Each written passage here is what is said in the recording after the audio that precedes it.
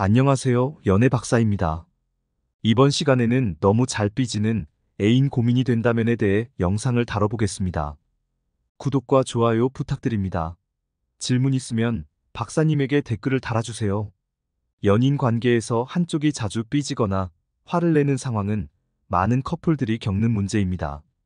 특히 사소한 일에도 쉽게 삐지는 파트너를 만난 경우 관계를 유지하는데 상당한 어려움을 겪을 수 있습니다.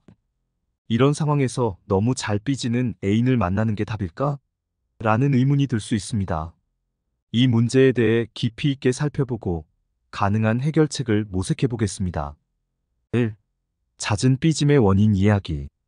파트너가 자주 삐지는 행동의 근본적인 원인을 이해하는 것이 중요합니다. 이러한 행동의 배경에는 다양한 요인이 있을 수 있습니다. 의사소통 방식의 차이. 파트너가 자신의 감정이나 불만을 직접적으로 표현하는 대신 삐지는 행동으로 나타낼 수 있습니다. B. 과거의 상처. 이전 관계에서의 부정적인 경험이 현재의 행동에 영향을 미칠 수 있습니다.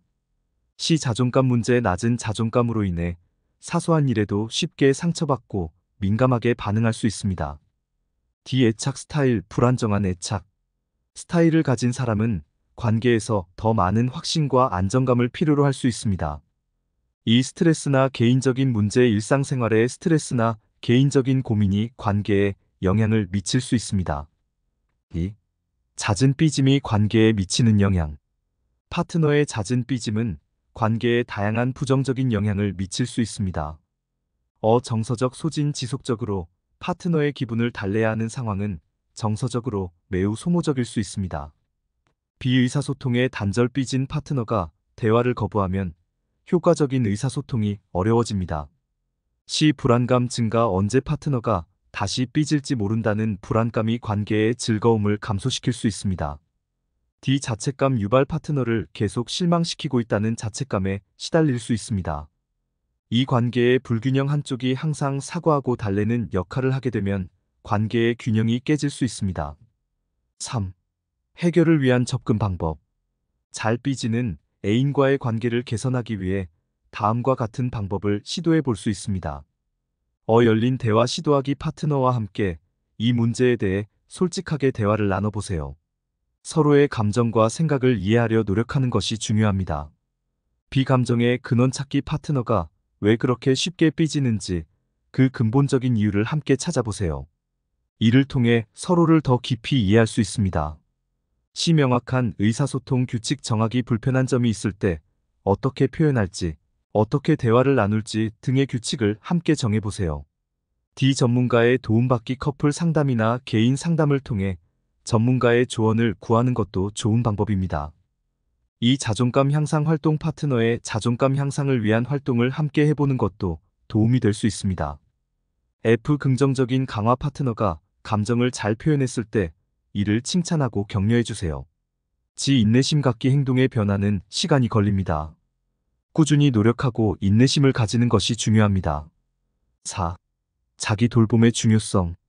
파트너의 감정 기복에 지속적으로 대응하다 보면 자신의 감정과 필요를 소홀히 할 수 있습니다. 따라서 자기 돌봄도 매우 중요합니다. 개인 시간 확보. 혼자만의 시간을 가지며 자신의 감정을 돌아보세요. 비취미 활동. 스트레스 해소를 위한 취미 활동을 즐기세요.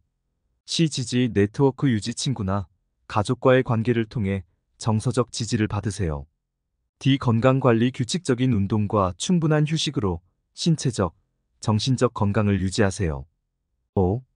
관계의 한계 인식하기. 모든 노력에도 불구하고 상황이 개선되지 않는다면 관계의 한계를 인식하는 것도 중요합니다.